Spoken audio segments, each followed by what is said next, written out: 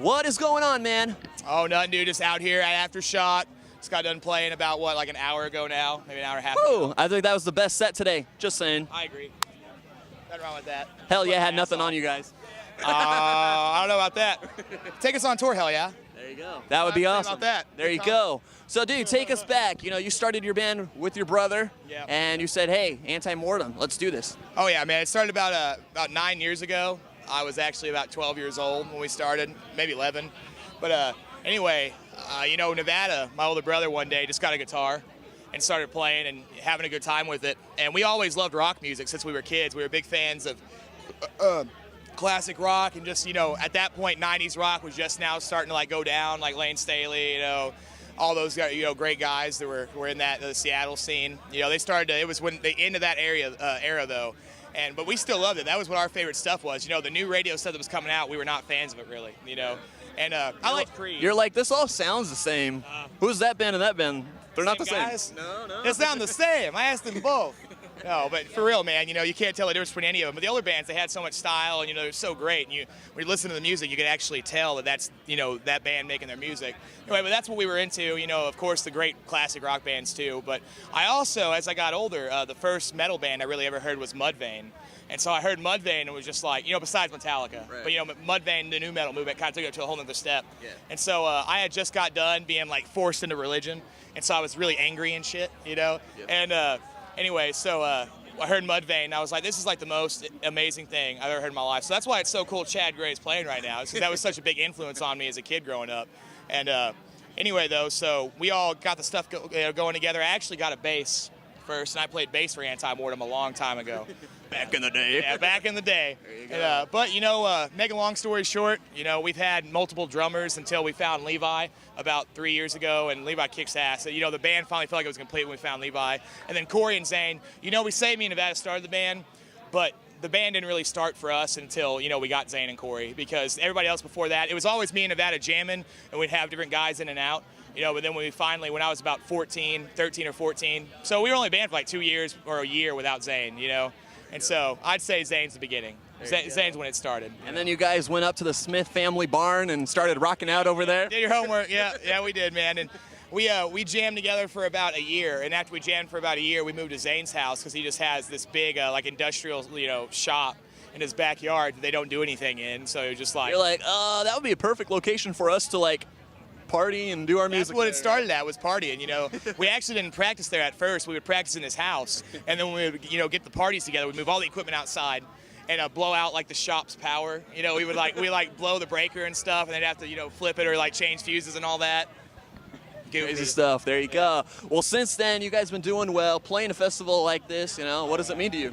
Oh, man, everything. It's like, you know, it's so great. Like, last time we played a show at Black Label Society in Reno, the Butcher Babies, too, they were there. And it was packed. It's probably about almost 1,000 people. But still, like, when you can't beat, like, coming to a festival, you know, there being, you know, thousands of people here, you know. I mean, playing with so many great bands, especially for our band, which, you know, we've been a band for almost 10 years. We've only been signed for like 2 or 3. Right.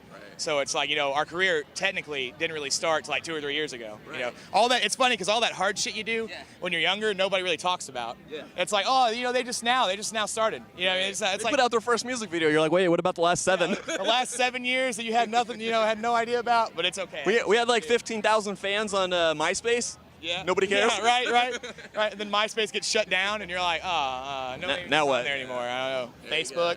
Oh, well. What are you gonna do? It's the new crack. Yeah, there you go. That's what everything's about right there. There you go. Right. So, you know, you guys been working hard the past year with that Southern record, and, you know, putting it out, playing shows today, and a lot of people probably compare you and say, oh, it kind of sounds like a little bit of Metallica, kind of sounds a little bit like, you know, Megadeth, and you're like, dude, I'm just Rado, man. Yeah, that's right, man. You know, it's like there's so many people that like come and ask you. A lot of people that haven't heard it before or that have heard you, and they're just like, man, like, who do you think you guys sound like? And it's just like, I don't know. I have no idea. But it's we sound like a band with 5 guys in it. Yeah, right. Yeah, there's a guy that plays guitar and another guy that plays guitar. So come out and watch us. You know, like every influence that we do, it's like, you know, any band I've ever liked, I don't, you know, a lot of people, it's like, oh, you know, they sound too much like Pantera, they sound too much like this band. It's like, man, it's like if you like a band, it's like if you were to just go and just be Black Sabbath, it's like then you're effed. It's not working that well. I don't know if I said the F word. Sure. Fuck. Okay, I didn't know.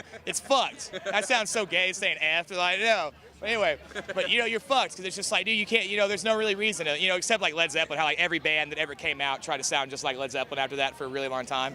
But if you take like Led Zeppelin and Black Sabbath, Metallica and Pantera and Alice in Chains, Rage Against the Machine, all these other bands, and then try to sound like all of them at the same time, that's what makes you. There you know go. What I'm saying? So it's like, but anybody, originality is when you can just, work from your environment, what's around you, and try your best to, not, give in to the pressure of trying to be what like the radio wants you to be or what's popular at the time and really try to be you. Now, we were talking about that just a few minutes ago off camera was, there's bands out there that they try to do the metal, especially being signed to like something like Nuclear Blast Records where you're classified, oh, they're a metal band. They can't get on, a local radio station in a main town because they're too metal. Well, no, because if you guys broaden it and just be like, no, we're a rock band and you got a couple songs that are still radio friendly, people can listen to that and go, wow, I like that band. Let me go check it out. Wow, they're really a metal band. Yeah. You got to do that sometime. Totally, man. Because it's like when you have the broadened horizon and all the people that hear you, it's like not only do the guys that like, Mudvayne and Pantera like you, but the dudes that like the old school classic rock like you, and then the kids that like New Day heavy music like you. Yeah. I mean, so it's like we try to bring that whole combination to all of our shows when we play. And we try to make that, come across in the sound as well. So, it's just it's a plethora of amazing. You got to mix it all in, right? You have to. There you go. So if people didn't see you, they're, watching this from, all over the country, all over the world, and they said, wow, I like them. I dig their music video. I dig their album. It sounds really nice. Where can people check you out? You guys are going on a tour this fall? We're going to actually be on tour with the Butcher Babies all across the country in October. Sounds sexy, man. Yeah, right. And then we're for sure. And then we're going to go to November in Europe. No, we're going to go to Europe in November and play with King. And so in Lion Eyes as well, I think. And so that'll be fun. And then we're playing Knotfest. So that's going to be badass too. Yeah. You can go check the record out on iTunes, hit up Anti-Mortem.com if you want. Go to Facebook, like my page, please.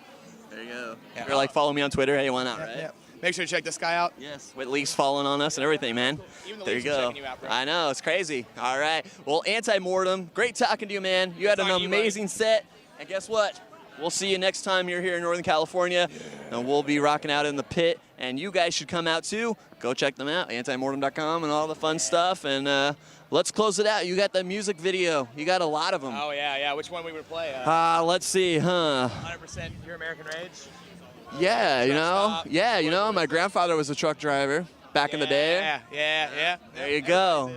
Stagnant Water, that's one too. There you go. So I don't know, 100% Pure American Rage. Check that out. Let's check it out. We'll watch it. We'll watch all of them. So you guys sit back, enjoy, have a cold one like him, and enjoy the Vinnie Langdon Show. And we're gonna have fun at AFTERSHOCK.